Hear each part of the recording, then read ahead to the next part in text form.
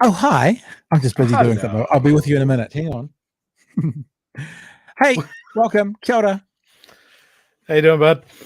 Doing all right, man. I was just putting into the chat the Discord because I thought last Friday night we kind of thought maybe on Friday nights we'll make available. What is the word? As I'm just clicking myself into Discord right now and making sure my mic's turned on. Yep, there you go. My mic's turned on and I'm in Discord right now. That if people are watching and they want to come and have an actual chat to us, then in the YouTube chat, I will put the Discord server. And if you want to come and join in for a conversation, it's not something we do a lot of, but I figure on Friday nights, if we want to have a chat, that's probably the time to do it. The other thing about that is we've got a fairly action-packed show tonight, but part of the action-packed show is a pre-recorded conversation. So if we're going to let anyone jump on and have a chat with us, it'll probably be in the first half of the show. And often the numbers go up in the second half of the show, but it actually means in the first half of the show if you want to have a chat. And last Friday we said, if anyone wants to have a chat about stuff you've heard this week, it's been a pretty big week. And there's been lots going on and lots of interactions. And so if you want to pick up on anything that's been chatted about this week or talked over this week or brought up in the show, then jump on Discord. The link is now in the chat, the YouTube chat.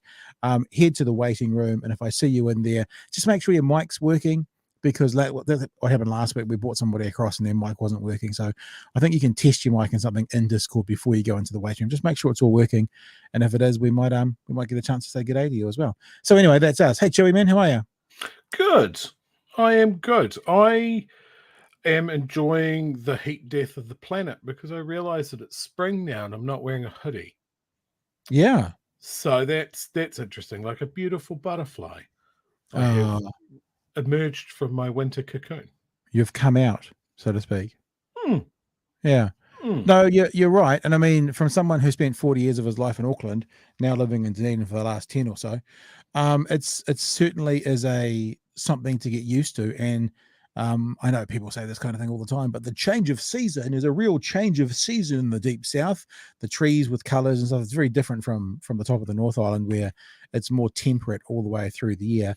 But yeah, I've noticed that as well. I typically go out, like I'm wearing a merino, like a woolen merino thing. I have this on most days. And then if it's colder, I put a hoodie over the top. But I've noticed taking the dog to the park the last few days with my merino on, I've got hoodies and jackets in the boots of the car. Like everyone who lives in Dunedin, you always have like 3 layers in your car. Never trust the weather. I have not been pulling out my hoodie from the boot of the car. I've just been going out like this and chucking the ball around. So yeah, I concur, sir. I concur. Warmest, wettest winter ever.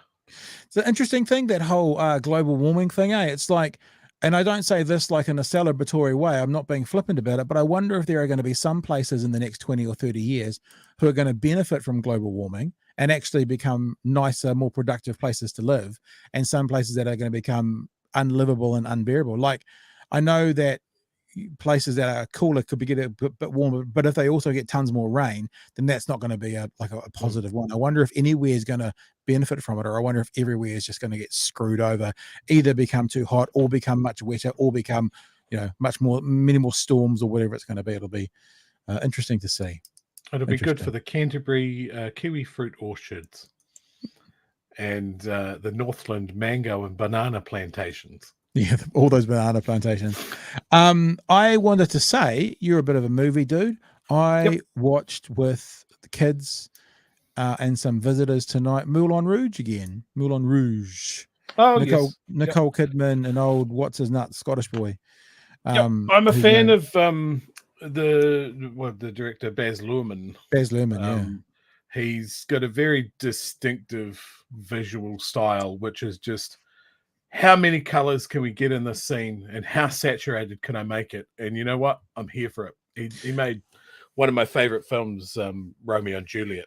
Yeah, that's amazing. His first 3 films were Strictly Ballroom, which is amazing, Australian film, then followed by Romeo and Juliet, then followed by Moulin Rouge. I've got a box set of it actually when I used to watch DVDs, but now they're all, I don't think Strictly Ballroom is, but the other 3 are all on one of the platforms at the moment.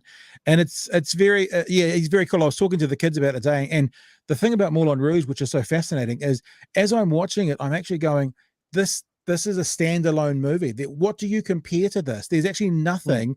The way that they use music to tell the story, crossed it over with pop culture. Kind of, it comes across like a bit of a Shakespearean farce a lot of the time. There's just nothing comparable, but it works. It's a really interesting film. Yeah. It's you know, you see a lot of people talking about minimalist filmmaking. You know, yep. He's a maximalist. The opposite of minimalist. Maximus. I can't use my words. He's a Maximus filmimus. Yeah, engage maximum filmmaking. Yeah, it's very cool. If you haven't seen Moulin Rouge, people, it's from 2001, and it's, mind you, I looked up Rotten Tomatoes because I was like, this is really good. I remember this being good, but this is really good. And I thought, I wonder if I'm the odd one out, or I wonder if people agree. And I think in Rotten Tomatoes it's 75%, which is not terrible, but it does say, and I agree, that it's a love-hate relationship. Mm-hmm. So in other words, it probably means 100% of people love it and 100% of people hate it, and that's how it gets to that kind of 75 percentile, that drag up and drag down. So when I say it's a really good film, I mean, if you like musicals, if you like interesting theater, if you like, if you like that kind of, because what Baz Luhrmann does in Romeo and Juliet is he uses classic language but brings it into a modern cultural uses pop culture from a modern era, and that's sort of what he does in Moulin Rouge as well, because he goes back to, like, you know, the 1800s in France, but brings modern music into it. And as we were watching it, one of the people in the room went, "Oh, this reminds me of The Greatest Showman," and I went, "Oh yeah, actually, it's not the farcical like colors like you're talking about, but it does have a vibe of those modern songs being used to tell a story." So I can see some people, if you like The Greatest Showman, you might like Moulin Rouge, but I think Moulin Rouge is a singularly unique film out there, and there's so few of them that even if you haven't seen it and you're not too sure, it's worth a crack. My personal opinion. Stamp it on the review calendar, so to speak. Anywho, people are already telling us what's the topics tonight. Gosh, all right, fair enough. Sorry, sheesh, gosh, sorry. The big conversation from tonight, and it is a big conversation. It's a pre-recorded conversation, but the big conversation from tonight is actually with the Chief Censor. Actually, sorry, with the former Chief Censor. His name's David Shanks, and I have interacted with David before. He came on my other podcast, and we did an hour and a quarter just talking about life as Chief Censor.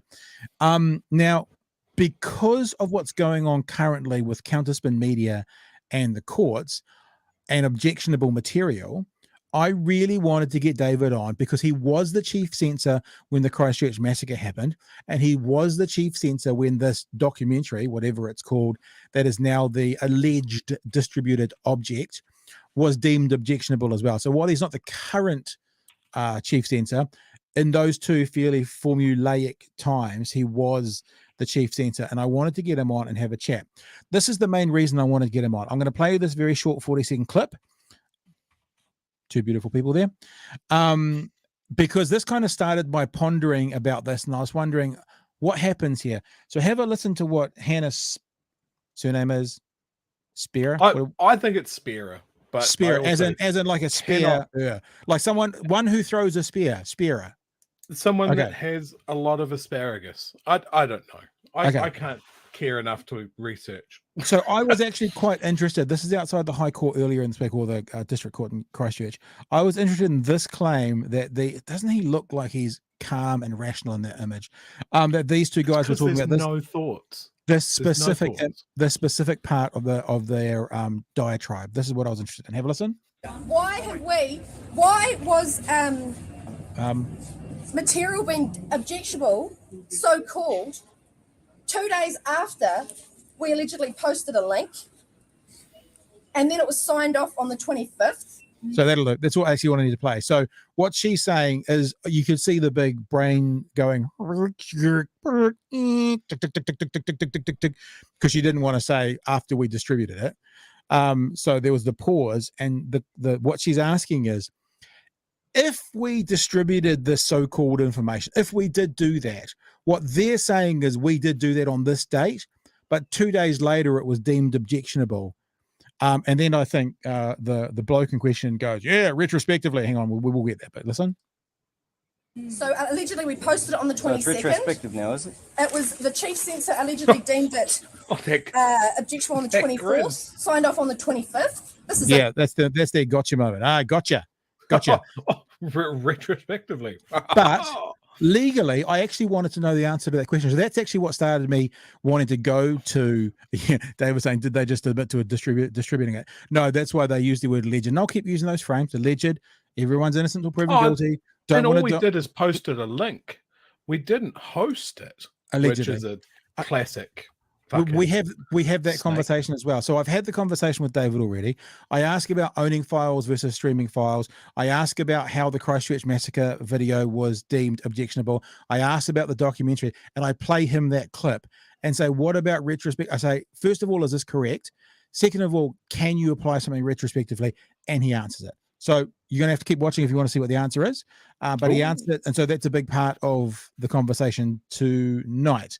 The other two things we're going to talk about is apparently I'm going to say there are reports at the moment, because I haven't personally seen, maybe you could Google this for us, Chewy. I haven't personally seen Gerry Brownlee actually saying this, but it's being reported that Gerry Brownlee, when the UN is saying potentially crimes against humanity have been committed against Uyghurs, it's being reported in the media that Gerry Brownlee is, I don't want to say defended China, but certainly downplayed it by saying China's fighting terrorism, which sounds horrific. Got to have a look at that tonight as well. And we're going to start the show tonight actually with, this might have died down a little bit, but we're going to start tonight with a conversation around a guy called Graham Phillip. This is actually quite a quick conversation. This does relate a little bit back to the guys from Counterspin as well, a little bit, because probably 4 to 6 weeks ago, these conversations were going around New Zealand by a lot of the people who would have been at the Wellington protests, and a lot of the people who were thinking that vaccines are going to make you magnetic.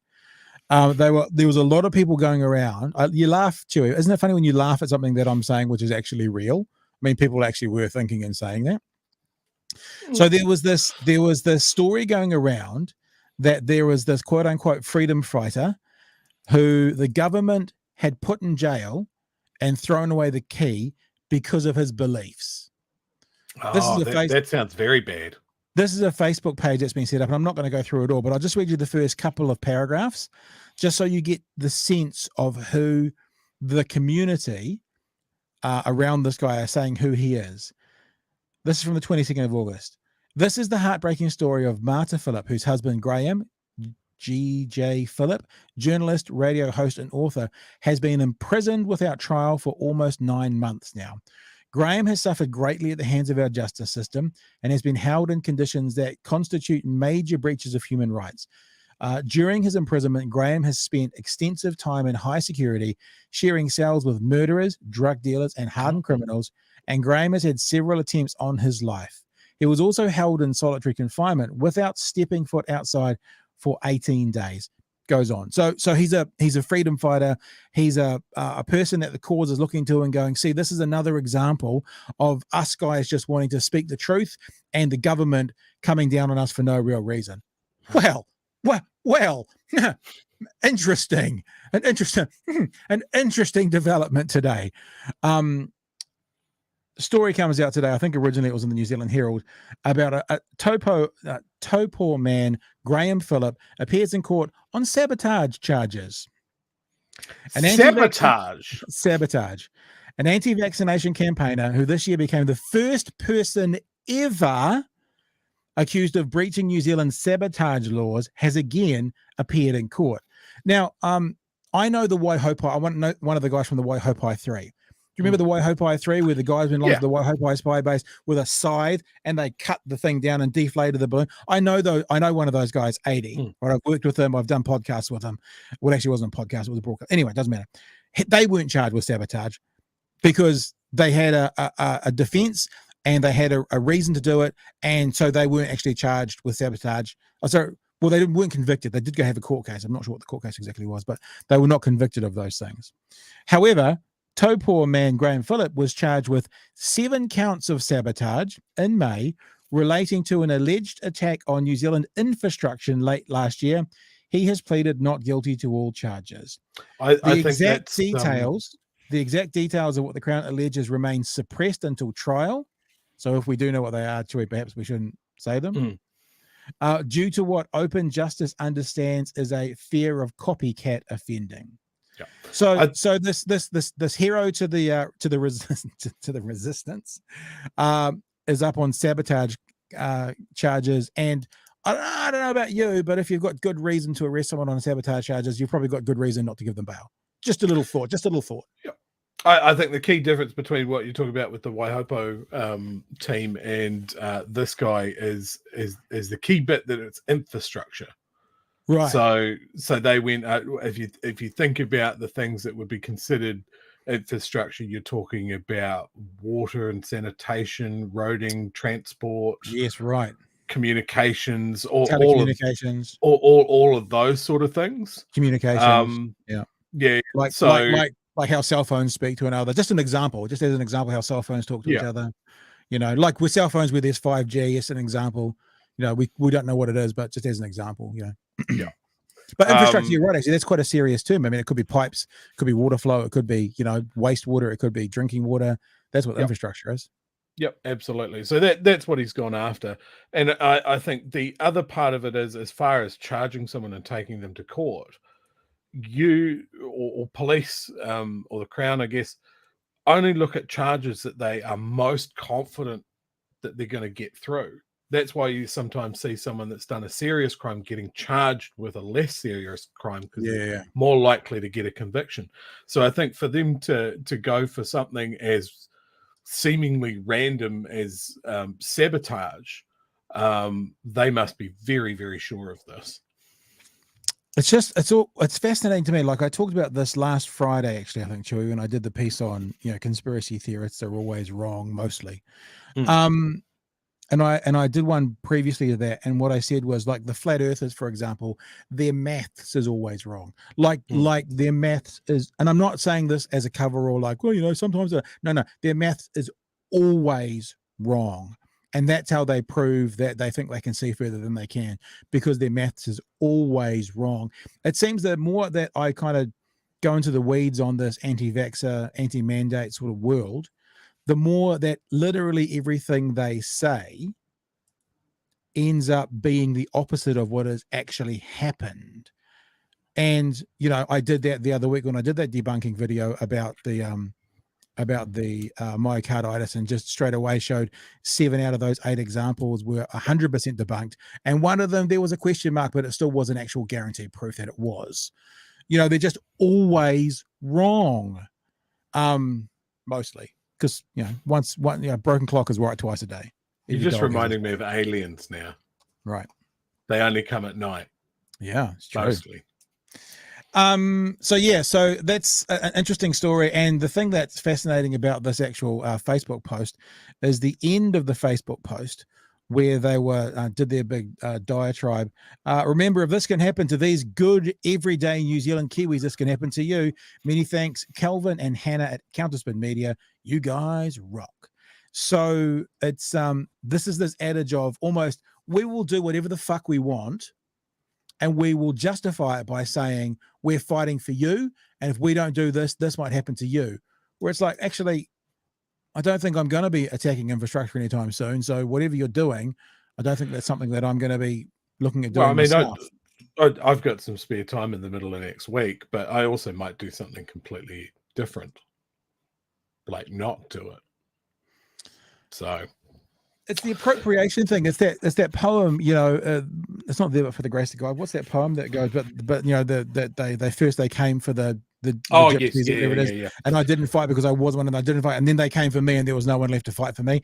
That's the ethos they're trying to portray, but actually it's the other way round, because no one's coming for anyone, and they're trying to make it like they are. Like in that poem, it's they came for these people. I wasn't one of them, so I did nothing. They came for the next group of people. But the point is, it's the opposite in this, because no one's coming for these people. So it's these people who are fighting back when no one's coming for them. So they're actually potentially the perpetrators, not the ones. Absolutely. Yeah. So it's bizarre. They're always the hero of their own story, you know, and they play into the resistance, battling against a tyrannical government. Yeah. Freedom fighter, all of that sort of thing. And if only they looked at the rest of that term, you know, one man's freedom fighter is another man's terrorist. And Yeah. here we have someone that looks like they had a bloody good crack at that. Allegedly. And we'll find out when it comes out. Yeah. All right. Hey, let's have a look at this next story, because I'm actually a little bit dumbfounded. I just asked you to do a bit of a Google search while we were talking. Did you come across anything that Gerry Brownlee has actually said? Yes, I've got him making a statement. I actually haven't heard what it is. Okay. Should we play this? We'll play yours first. Okay, we'll play yours first. Yep. Okay. The party chose not to focus on that part. Most poignant for me is that it has recognised that some of the activities of the Chinese government have been about preventing terrorist activity in Xinjiang. But the report's critical of China's Ironically, anti-terrorism law, Chewy, saying that's it's exactly the clip I'm about to play. Oh well, I did a good job then. You did a perfect job. So let's have a look from the start of the story. Is this going to play? I can see it on my screen over here, but in front of me I don't see it. We'll see if it's going to play or not.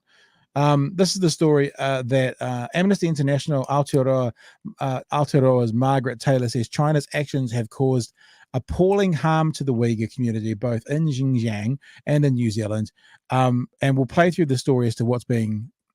Well, I guess we did hear him just say it then, but it depends what the inference was from behind that. But let's have a listen to the story. And if my story doesn't work, Chewy, we'll come back to yours, because for some reason on one screen, all I can see is a black screen. We'll see what happens. Nationals Gerry Brownlee has I'm not getting downplayed the it. So we'll play findings of yours. Just go landmark back to the UN start of yours. report. Like in my actual list here, it's not black on the screen. I'm playing it off. Oh, Obviously. did I get rid of it? TV3's done a similar thing. We could just listen to the audio of it, but you've got footage. Will I reboot it? Oh, do I still have it here? Brownlee has downplayed the findings of a landmark UN Well, let's have report a which listen to says it. China might have committed crimes against humanity in its detention of Uyghur Muslims. Brownlee says China is trying to fight terrorism, but a Uyghur Muslim in New Zealand News Hub spoke to says that's naive, and Brownlee is on the wrong side of history. Isabel Ewing reports. Chinese state TV showing President Xi Jinping greeted like a hero in Xinjiang. But Beijing's narrative of a happy, harmonious ethnic community has been discredited by a UN report. The actions that China has taken, which is called appalling harm to the Uyghur community in Xinjiang, but also here in New Zealand. The report found patterns of torture or cruel, inhuman treatment and possible crimes against humanity, and that it was likely large-scale arbitrary detention had occurred. So that's a pretty heavy call from the UN. Right, I can see it on my screen, and I'm not going to bring it back up because for some reason it doesn't want to play. Obviously, TV3 News Hub has installed one of those Netflix filters, so you can't replay it out. So what they found is patterns of torture. Now, it just says on my screen crimes against humanity, but they said potential crimes against humanity and large-scale arbitrary detention occurring. I think this might be the story. Certainly you're not going to see the pictures of it now, but one of the stories I saw this afternoon was showing some journalists in town in the area being herded away by some of the officials because they were filming what the Chinese were calling schools, but most people believe to be the detention camps. So that's, I guess, what the UN is referencing.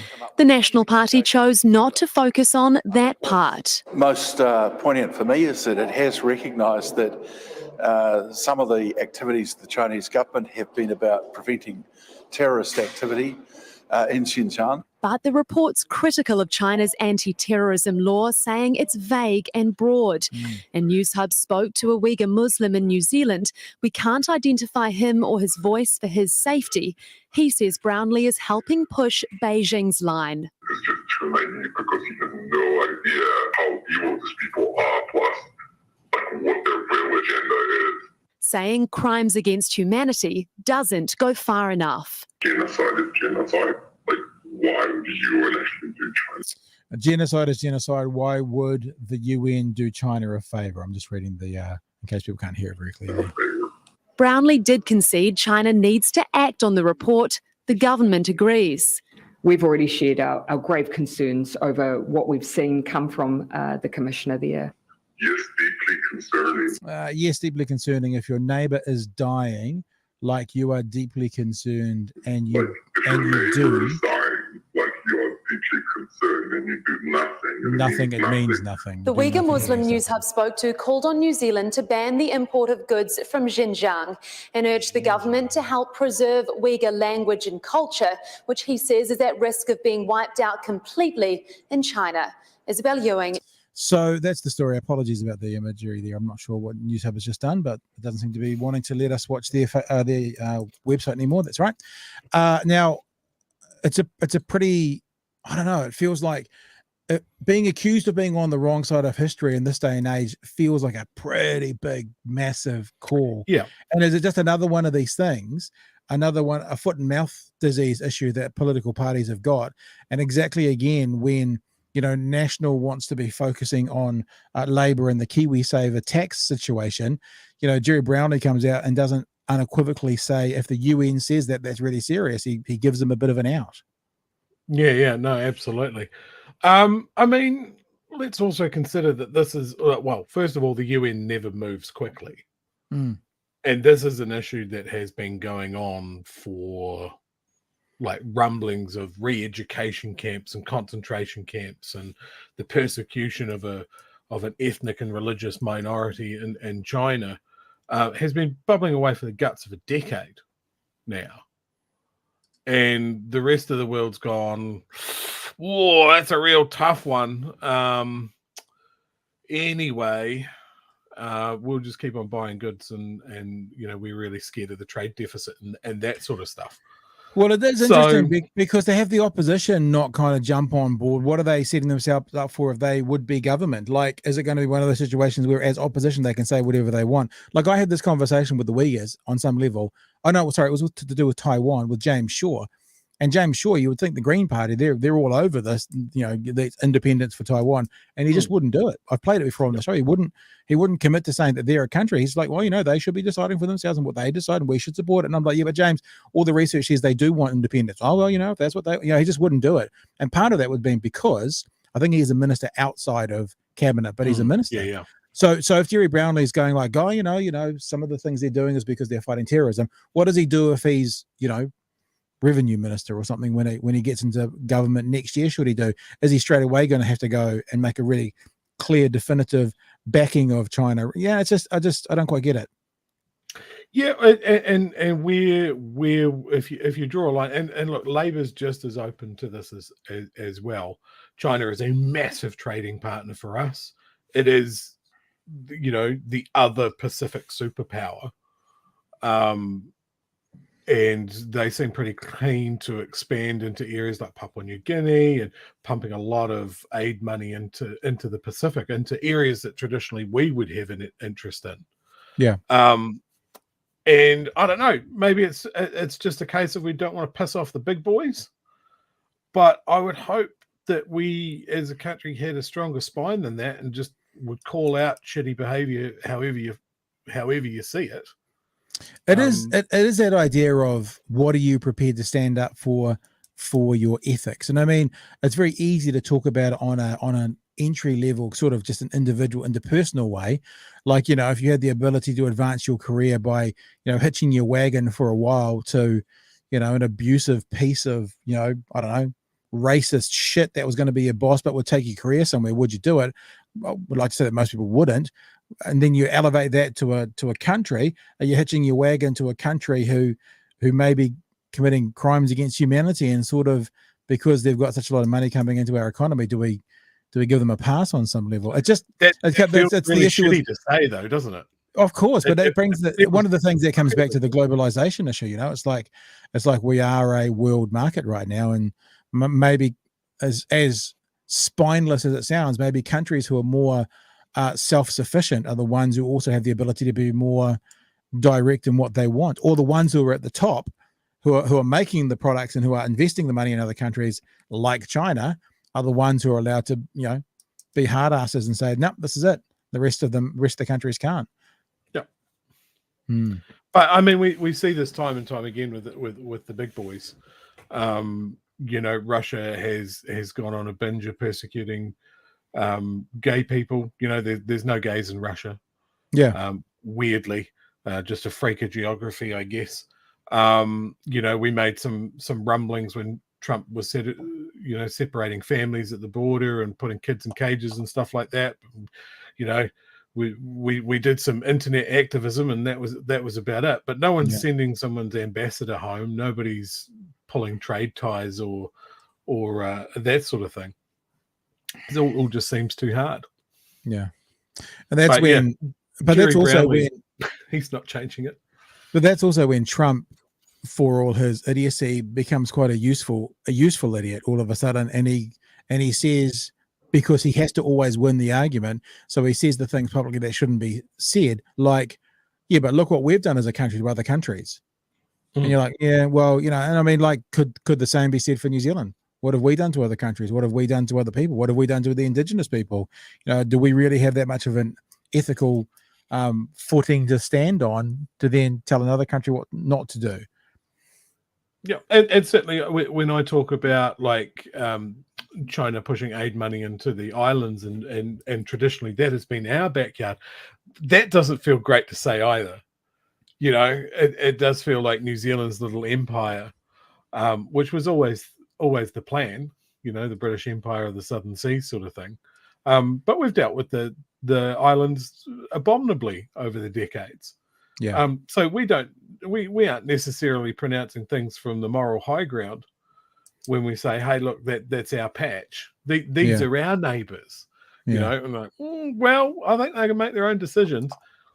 We can just sit here and go, well, I don't think that's a good decision. I think the story will go on. It's one of the things, as sad as it sounds, is it's Friday. I wonder if it'll lose some momentum over the weekend. If it was Tuesday, this might be the headline news story for the next few while about what Brownlee said. So we'll see what happens over the weekend. But I think right now, Chewy, we're going to move into the kind of the feature conversation of the night. And what we're doing now is, if you're just joining us, is we're going to have a chat with David Shanks. David Shanks is the recently retired Chief Censor. He was the Chief Censor when the mosque attacks happened in March of 2019. So he was the person, him and his team were the ones responsible for deeming the video taken by the terrorist objectionable. Yeah. And he was also still in the seat when this video, this quote unquote documentary, quote unquote, that we're hearing so much about to do with counterspin, was deemed objectionable as well. Now, he is not the Chief Censor now. And so, as you would appreciate, I'm sure, when you leave a government agency as sort of the boss or the CEO or the head of it, there's a line between what you will and won't comment on. Obviously, this is a pre-recorded conversation. I'm really pleased with how much information he gave us. But there is going to be a couple of moments in here where he basically says, well, that's got nothing to do with me. I'm not going to speak to that. But not much, actually, not much. So we talk about, how do you make something objectionable? What is objectionable? What does that then mean for making it illegal? What is it? What if it's offshore and we just watch it, we stream it, we don't own anything? All these questions. And rather than explaining what you're about to see, why don't I just play it? Then you can see it. We'll stick around. Are you going to stick around in the chat there, Chewy? Yeah, I'll be in the chat. We'll hang around in the chat. So if you want to keep talking, and if there's any comments that come up about this, I can put them over the screen at the same time as well. But this is a pre-recorded conversation with former Chief Censor David Shanks on deeming material objectionable. The former Chief Censor, David Shanks, only been out of the job for a few months, David, like May-ish, is that right? That's right, May. Yep. Is it good to be out? Like, is it just another chapter, or is there some things that you're like, oh, sheesh, that's behind me? Look, it's another chapter. It's just different. I wouldn't say it's in some ways it's good to move on. In some ways, I very much miss the dynamism and some of the significance of the work that I was involved with as Chief Censor. But yes, another chapter. So it's all good and it's going well. I always think about the Chief Censor's job, and when we talked last time, because for those who don't know, you've done a podcast with me 18 months or so ago with a writers' festival, and I always think the idea of kind of watching movies for a living sounds so romantic, but obviously you guys don't just watch movies, you get down into the deep and grimy parts of this world, so it must be quite taxing as well.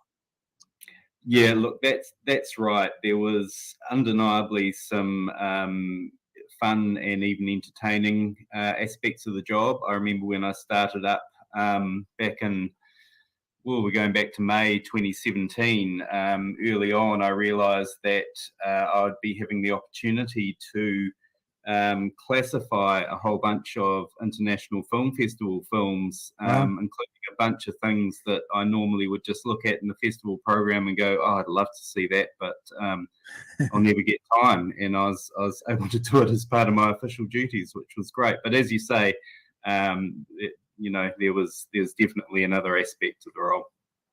Yeah, and look, sadly, it was lovely to catch up with you when we caught up with you face to face.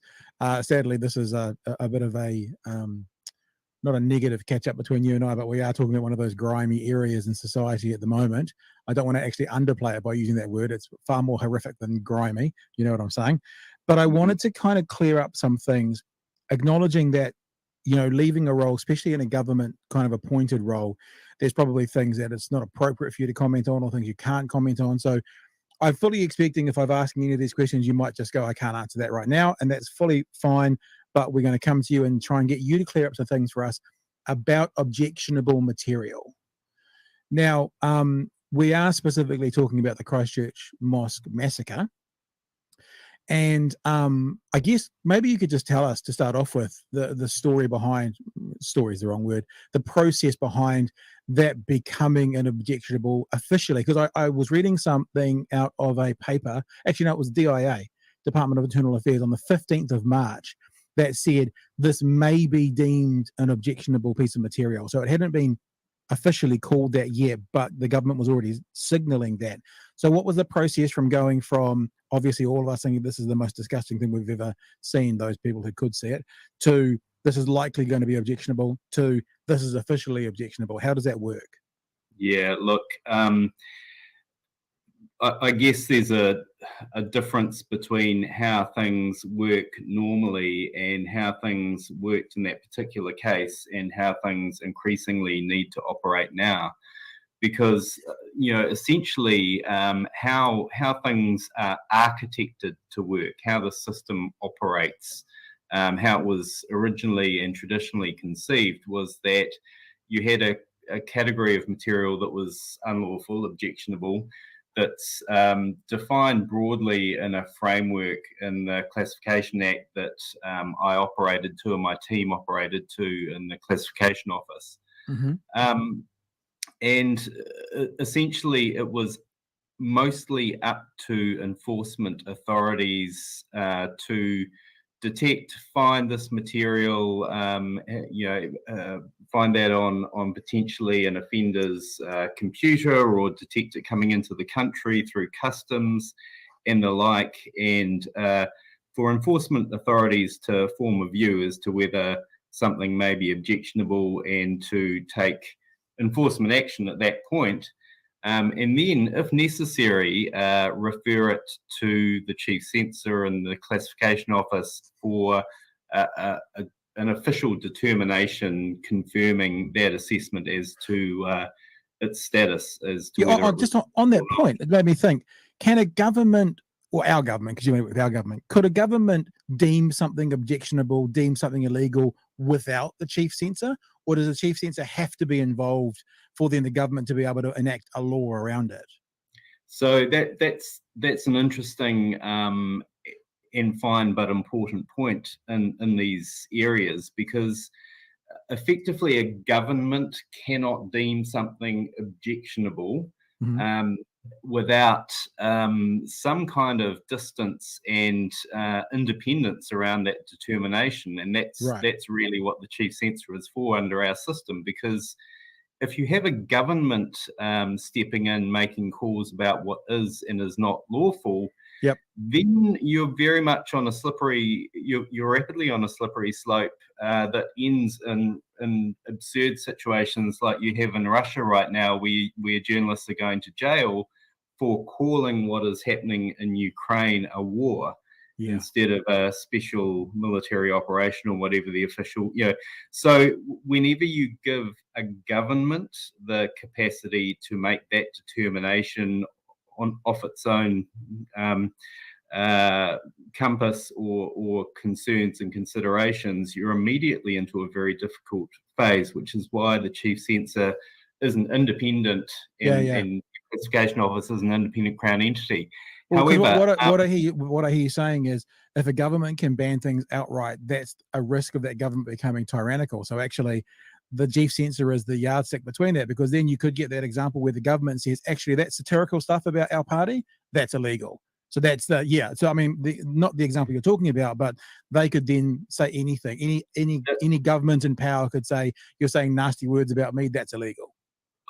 I think history gives us some cues that once you have the power taking on that authority on its own without any level of independence or safeguard around that process, you're on a slippery slope, and it's very, very, very difficult situation. So that's why constitutionally, really, we have that independence. However, that is not to say that the police or DIA or customs as enforcement authorities cannot make a enforcement decision. This is objectionable.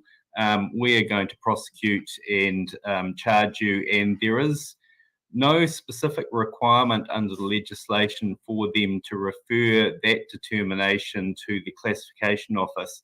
Right. Normally they will in situations where there's any doubt, and it's probably worth mentioning that the vast majority of actual prosecutions traditionally in this area for objectionable publications have related to child sexual abuse material, and that sort of category where enforcement authorities are quite clear about where the demarcations and boundaries are. Yeah. So we're in the middle of October. This horrific event has happened. What is the process then where you went through as the Chief Censor then to officially make this objectionable? So, I mean, March 15 was an extraordinary event in that context, right? Because this wasn't a situation where enforcement authorities had located, found something on the offender's system or detected something on the dark web or something of that kind, and are then going through a process and referring it to the Chief Censor with usually plenty of time through the judicial and prosecutorial process to work that through. March 15 was a situation where this content it went viral. It went everywhere. It went all over the net, all over the world, and was, I understand, auto-playing on some people's social media feeds because it was high engagement material. Wow. So effectively, I would say the offender in that situation, the terrorist, was more than likely banking on exactly that happening, and was aware that the algorithmic operation around high engagement material would do a large part of what the job he was seeking to do for him and for like-minded terrorists and extremists, and just act on material that was current, that was very high engagement. Anyone who received that video would react to it in some way, and quite often share it or trigger the algorithm that's telling the automated systems, hey, this stuff is going to get a reaction, so let's boost it.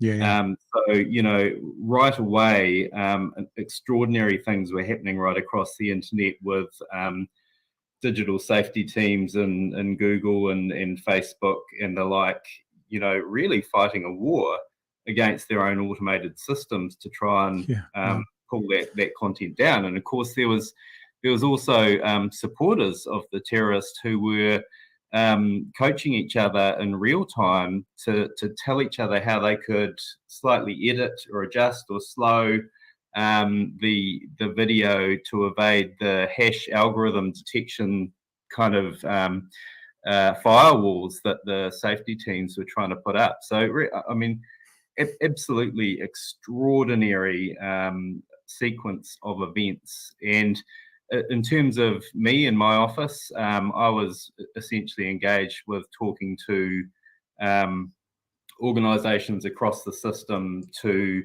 to assess what was going on and to work through the best and fastest response that we could. And of course, part of that involved me thinking through, well, how can I get a evidential copy of this to assess it? And how can I work through a process as quickly as possible that is still robust and will be able to withstand an appeal and review? Because the decision to classify that video as objectionable was tested to our Board of Review. It was contested, as I expected it would be. And I knew that essentially me coming up with a snap judgment over the phone to enforcement authorities with no documentation or background or reasoning around that was not going to withstand those pressures down the track. What we ultimately did was we pulled together a small core team at the classification office on Monday morning, I think it was, having worked through, having received, having called in the video through that process, having effectively an official version of it, reviewed it, and rather than going through the process we normally would, which is forming an opinion, writing it up, testing that out, and delivering that, which would normally take weeks, in the ordinary course of events, we had the meeting, we looked at it, we discussed it, and we file noted there and then our decision, and we started talking about it straight away, and we left the writing up of the judgment, if you like, about that to come. So that allowed us to front, the obvious extreme pressure right across the system to have the determination and have clarity around the status of that video. I'm interested more of on a personal level. And you said your team got together on Monday morning. I kind of think about you guys seeing from the best stuff in the world to the worst stuff in the world, kind of being sort of hardened to seeing some pretty horrible things, whether it is, sexual or whether it is violence. How did your team react to seeing that? Like, was there a personal reaction at all, or was it just all professional? You were able to do that in that moment. So, I mean, it's a good question. The honest answer is there was visible emotional reaction from the team. This was a horrific thing. It's impossible to view without having some form of emotional reaction to it. It would be hard to maintain your humanity without that. But I guess from a vantage point, if you were a fly on the wall watching us watch that, you wouldn't notice much, right? Because this is our job. This was uniquely horrific in a number of respects, but in other respects, it was in the category of other material that we had already spent quite a bit of time working through. And part of the professionalism that we have is understanding that this material will have an emotional impact. It could have, traumatizing impacts for sure. And we do wrap supports, counselling, and processes around all of our people to ensure that we can manage that. So let's say we've made that moment where you've made it public. The decision is officially this is now objectionable. What does that mean? Does that mean it's illegal to have it as a file in the country? Does that mean it's illegal to even see it, even if the file is stored in, pick an international country? What does that actually mean for the public at that point? Yeah, well, what that actually means in the digital era can come down to some quite arcane factors around whether your computer is storing a temporary copy of the file. Essentially, the act that we operate under is a 1993 act. That means functionally it's pre-internet. VCRs. So you're worried about VCRs in 93? That's right. Yeah. I mean, the act is primarily big chunks of the act wraps are, is focused on the sorts of physical labels that you can attach to, VHS tapes or, DVDs that were coming at the time. it doesn't apply. So, but Yeah. the in simple terms, what does objectionable mean? It means it is prohibited and it is unlawful to have, to possess, and certainly, and there's tiers in there about sharing or publishing it further in terms of the penalties that can apply. Whether you possess something or not, and this has been tested out in the child sexual abuse kind of prosecutions in areas, to some degree. But technology keeps changing all the time, right? So there's constant development in the area. But essentially, if you're accessing objectionable material on your computer, typically you often will be saving it as a file, or even your computer will be saving it as a file without you necessarily consciously being aware of it.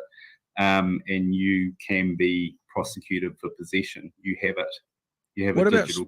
What about if you stream objectionable material? Like, people use, I think they call P2P sharing sites for watching movies and stuff on the internet, and a physical copy never comes into your computer. It streams from that provider. So someone who does have it, it streams into your, I guess, screen, but it doesn't actually get a downloaded copy. How do you address that? Because I think that kind of stuff, not that we're going to talk about the court case per se, but that kind of stuff might be what some of the things are going to be talked about when that does eventually happen. If you don't own a physical copy of it, if you don't have the file in your computer, but you see it and it's based in a server in another country, how does the Chief Censor approach that for objectionable material? Well, the bottom line is how the Chief Censor approaches that is that's a prosecution issue that doesn't really come into the Chief Censor's consideration. From the Chief Censor's point of view, you're given a file and you're told to assess. The task is to classify that material. So the question as to whether the offender actually had possession of it and for the purposes of legal prosecution, that's a prosecution matter. Right, so that gets decided in court, basically, is what you're saying. Whether that means they've got ownership or not, that's for the courts to decide. Yeah, that's essentially an evidential and prosecutorial elements of the offence is possession, right? Let's, if we're going to have a debate about whether there was actually possession, let's have the debate about that. And these things can get very, very complex, as I'm sure you can imagine. Yeah, for sure. Potentially, but I would say in connection with all of that post March 15 there were some amendments to the Classification Act to resolve some potential ambiguities in the law in some of these areas. And one of the amendments did specifically address streaming in terms of making it very clear that the act of streaming objectionable material is an offence. If you make, so in this case, I think it was a 16-minute video. So if you make a video in its entirety objectionable, does that mean any part of that video is also objectionable? So the way I think about it, and sorry to be, I'm not trying to sound flippant, but doing what we do with news, talking about news commentary, we have a right to play clips of copyrighted information as fair use because we're commenting on it. So whilst we may play a clip which is copyrighted, because we're only playing a clip of the whole thing and we're commenting on it, we're allowed to do that legally. And I'm thinking about this, and I don't know the documentary that this whole thing's been talked about, but if there are clips from the objectionable thing in another item, are those clips still deemed objectionable under the original umbrella? No, is the short answer. The longer answer is that we spent a bit of time thinking about exactly that point in the immediate aftermath of March 15, because as I've said, this was an extraordinary event. Yeah. Unprecedented, really, in terms of the classification process and the urgent need to get clarity out to the public about kind of what the expectations were, what the obligations were on them.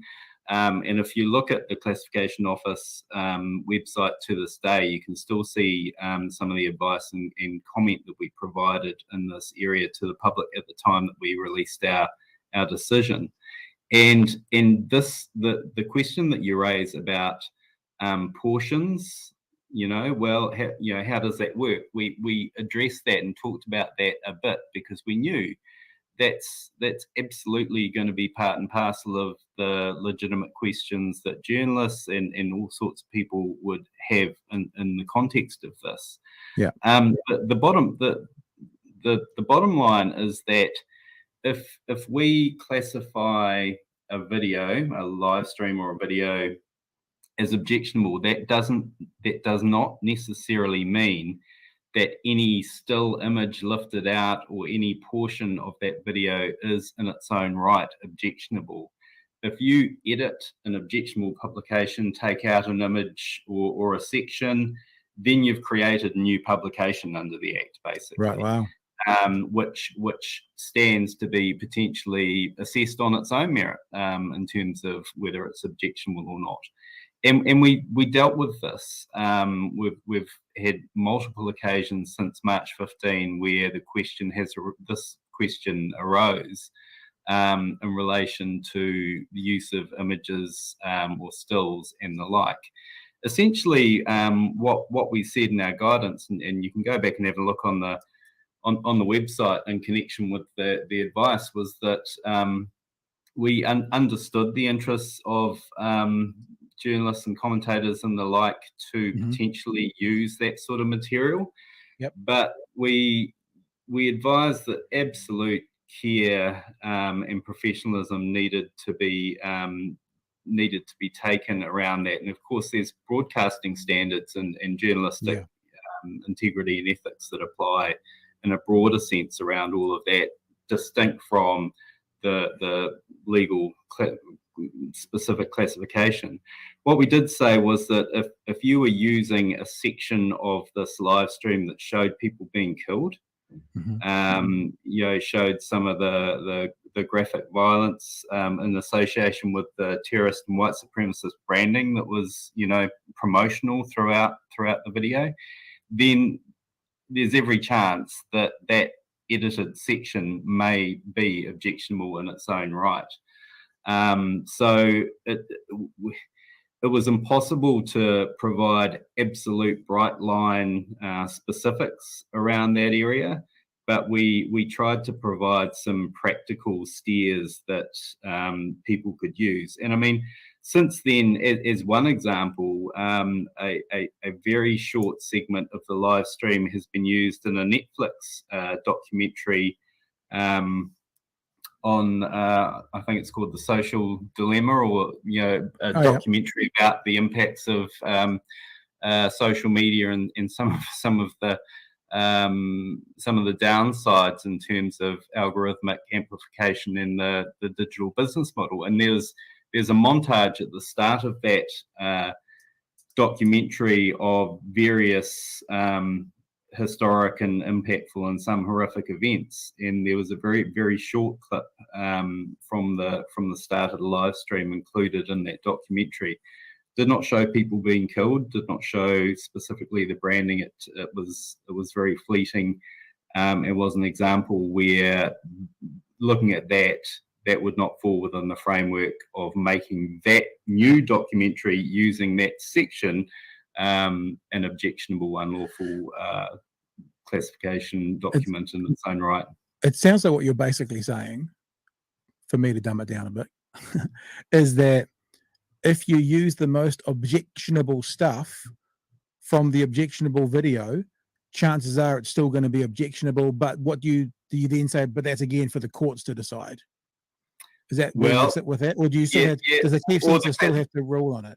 I mean, there's going to be areas of grey in this space, as there always will be when you're talking about determinations around content. So it may be for the courts, but in terms of making a legal classification assessment that can be then used to prosecute in the courts, that's the Chief Censor's job and the classification office. So and so we can and did have subsequent variations and edits and GIFs referred through to the office for subsequent review and classification.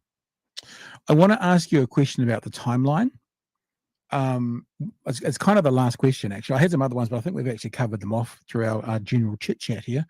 And that's from the guys from Counterspin Media themselves outside the court on whenever it was, Tuesday of this week. And they made a claim about things being classified retrospectively. I want to play what they've said and then ask you if you've got any clarity on that, if you are indeed even able to answer it, which you may not be, I'm not sure. So they made a claim that they were very careful to say the word allegedly shared some stuff, and that it was retrospectively then made objectionable. So I'll play the bit, and then I want to see if you want to respond to it to clear anything up if you can. So this is what they said outside the courthouse. Why was material being objectionable so-called 2 days after we allegedly posted a link, and then it was signed off on the 25th? So allegedly we posted it on the 22nd. It's retrospective now, is it? It was the Chief Censor allegedly deemed it objectionable on the 24th, signed off on the 25th. This is in February earlier this year.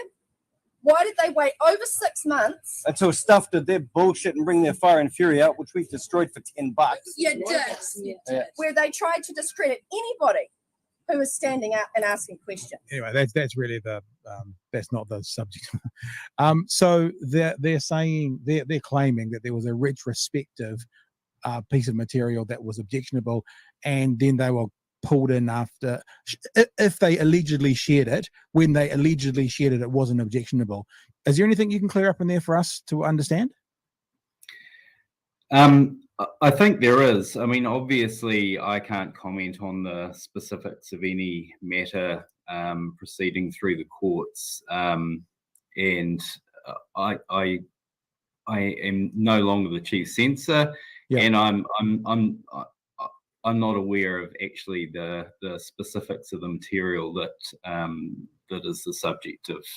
But you were Chief. This was in February. You were still Chief Censor when this went through. Just checking. I was, but the point I'm making is I'm no longer the Chief Censor, and I literally do not know. I have no information about the particulars or the specifics of the material that is the subject of that charge. But I can make a general observation about the process and how the law works in this space. And it's simply this. It is not the case that material that is objectionable is not objectionable until a classification is made.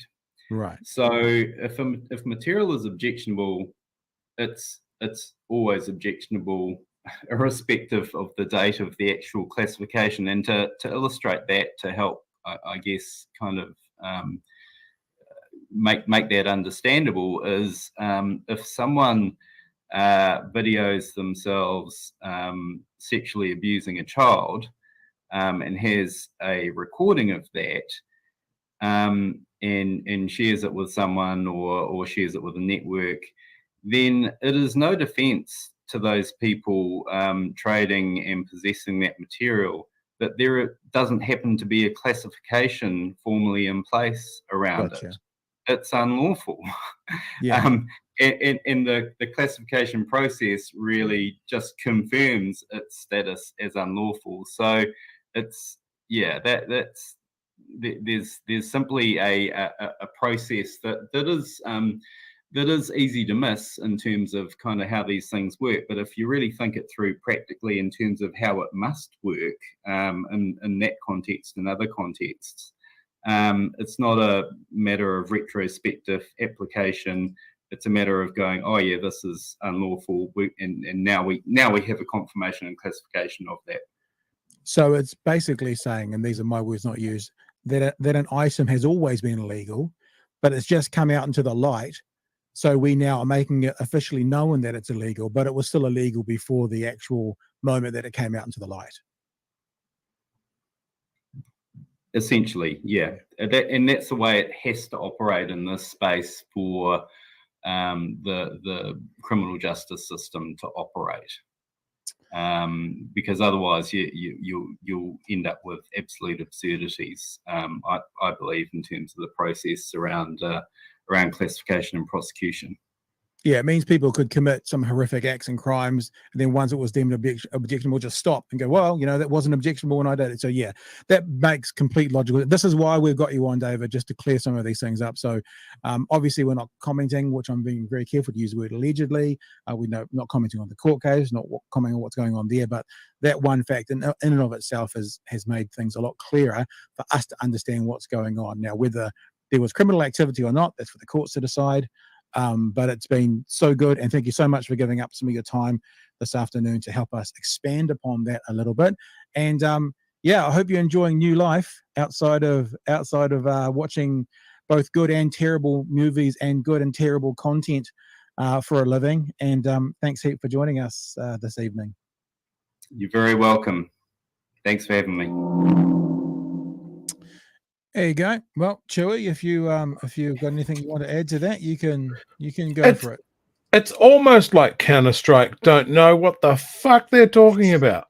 Almost.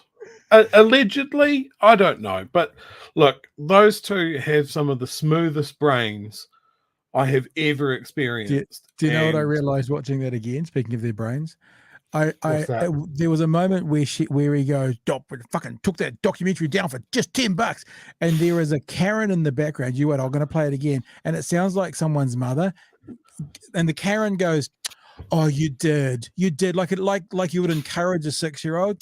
Oh, you did, but I came second to last. Oh, you did so well, you did." I'm going to try and find it and play it because honestly, it made me laugh so hard when I just heard it in there. It was the Chief Censor allegedly deemed it objectionable on the 24th, signed off on the 25th. This is in February earlier this year. Why did they wait over 6 months? Until stuff did their bullshit and bring their fire and fury out, which we destroyed for $10. You did. Where they tried to... You did. Well, is he making reference to his 3-hour marathon? I don't know what he means by destroyed it for $10. I don't know whether that means... I assume that they're paying themselves a wage. Okay, there you go. They did that for 3 hours. So Nick says, when they speak, my brain hurts. So it's more that when they speak, their brain hurts. Yeah. Anyway, so look, there was a lot of information in the from David Shanks here. You've got, I did it, so I got a chance to talk to him. Anything you want to add in particular to what he had to say? No, I think it's always interesting when, I've read a couple of interviews with outgoing chief censors, and I think it shines a light on the fact that sometimes the law does not keep up with technology and how it's used. Made reference to the law being set in 1993 when none of this literally existed. And I'm glad he got a chance to talk about what a challenging job it can be. I know a friend of mine a few years back, he was working in the censor's office in classifying video games. And I was like, oh, what a sweet job. You're playing the games 6 months before they're even available. And he goes, yeah, it would be good if I was playing good games even finished games, because they're often playing very early versions of it. But then there's people that are there and they're just watching a whole lot of, really horrible murder films or all pornography's got to be classified. And there's a lot of jokes about that, but if that's your bloody day in, day out, 9 to 5, that can really mess some people up. Yeah. Well, it's a hard job. I think it's pretty clear that, heavy use of pornography can affect sort of your real world expectations on a healthy sex life. So imagine, doing that all the time. Rose says there must be more grey areas. It's obvious kiddie porn and videoing a sexual assault would be objectionable, but this is settled law, but I don't know what Counter-Strike we're pushing. I don't actually know. I don't think they know. Well, it's a documentary that's offshore that's been deemed objectionable in this country, and it uses footage from the Christchurch Massacre. I can only assume that it's, and look, I don't care for it. I'm not going to go looking for it, but I can only assume it's got footage of actual people dying, hence the object. Because like David said there very clearly, and it makes sense that if you showed a clip, for example, if you showed a clip of the guy driving his car to the event, then that would probably be able to be used, because that wouldn't be objectionable. If you showed a picture of him loading his weapons and firing them, then that would be. So that would be the clip. So I have to assume that within whatever this, and I'm saying documentary with air quotes because I'm sure it's a pile of shit, is probably got footage, like I said in the conversation, which is the most objectionable part of the objectionable video. Yeah, I think they're relying on a couple of things. They're relying on the assumed protection that they're not actually hosting anything. They're just pointing their fingers at you can find this here. Yeah, which is probably not enough. And I think the other thing that they'll be relying on is the fact that it's edited in some way and therefore is miraculously a new thing. And I think he covered that really well. Yeah, unless it's obvious. Unless it's people, I don't even want to talk about the graphic nature of what could be on the video, unless it's the worst version of what you could think of with someone in a mass shooting. Unless there was clips of that in there, then what defense is there going to be? That it's not objectionable. You know what their defense is? Their defense is the most disgusting thought that it's not real. That's actually their only defense if it is that disgusting stuff. But I don't know if that's going to stand up in a court of law. So, but again, saying all of this, I thought David was very clear that the job of the chief censor in the censor's office is to deem whether something is objectionable or not to deem whether someone has committed a crime or not. That's what the courts do. So that's what so they've done their job, and now we will see. But as I said right from the start of the show, I'm sure most of you have been here for the whole hour, that I wanted to find out when Counterspin made the claim that this was done retrospectively, how that was treated when making something a bit objectionable. And what he said made perfect sense. You know, if I committed a crime yesterday and no one knew about it and police found out about it tomorrow, that doesn't mean that it's not a crime because it was yesterday and done in the dark. Yeah, of course. So it makes complete sense. That's cleared up. So if you hear any of this bullshit going around about retrospective, it doesn't matter. If something is objectionable but hasn't been found yet, when it gets found, it's still objectionable. It was objectionable when it wasn't found, and it's still objectionable when it is found. So there you go. Nice. All righty. Well, I think we are probably done. Yep. So good yarns. Good yarns. And I'm going to disconnect from that thing right now. I'm now disconnected from it. What's it called? I can't even think of the name of Discord. I've disconnected from Discord because sometimes when we're on Discord, I forget to disconnect and we're talking away, saying all sorts of horrible things about the people who are watching and listening to the show, and then we realize we're still on Discord. No, I'm just kidding. We don't do that. Well, we do. We don't do that. Anyway, that's us. Anything from the week you want to cover off on, Chewy? Anything big, anything major? What's coming up for the weekend? I tell you, there is one thing internationally that I'm keeping my eye on. The Ukrainian government have requested a pretty interesting piece of information from the UN.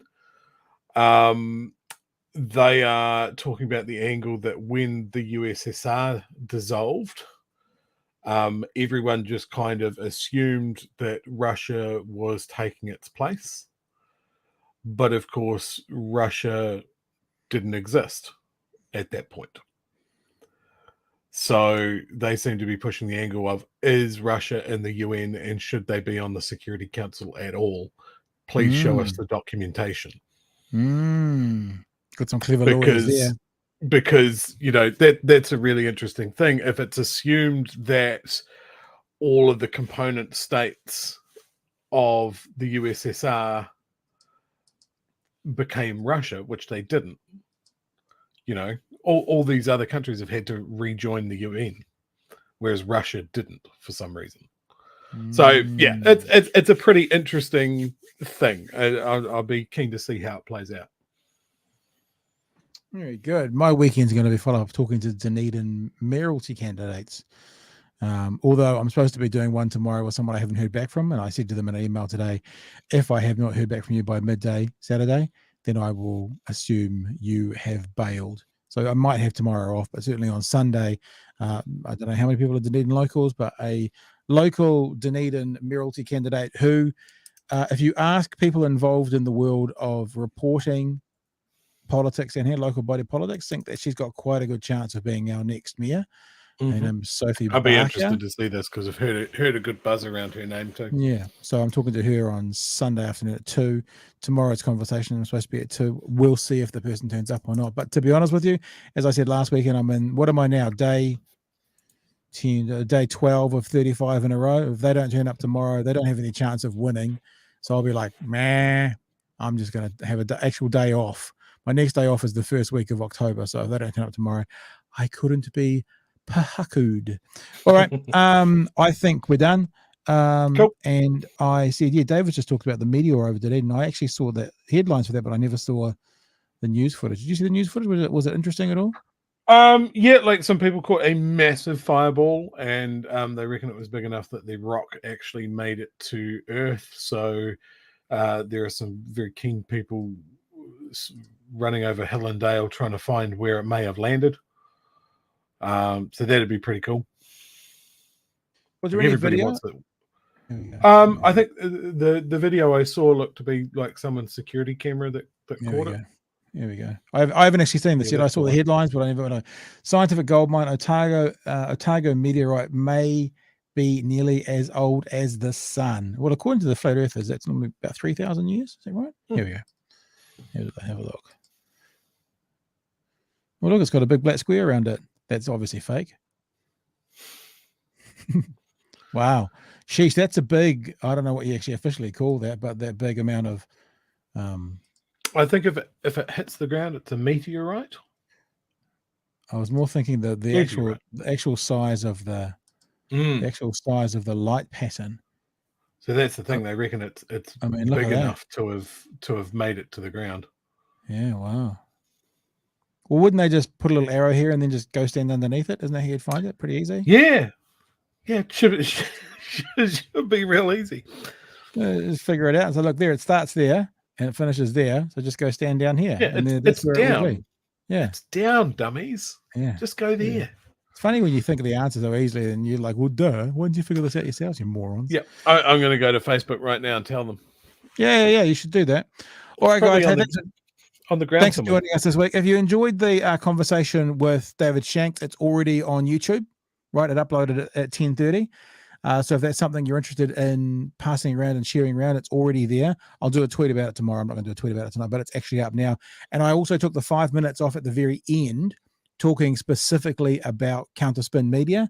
That's scheduled to upload at about lunchtime tomorrow. So the whole conversation with David Shanks is already up, and the 5-minute clip from the end will be getting uploaded tomorrow at about midday. Follow me on Twitter to get the actual updates as to when they're get links directly to it, or just subscribe to the YouTube channel and you'll get notified.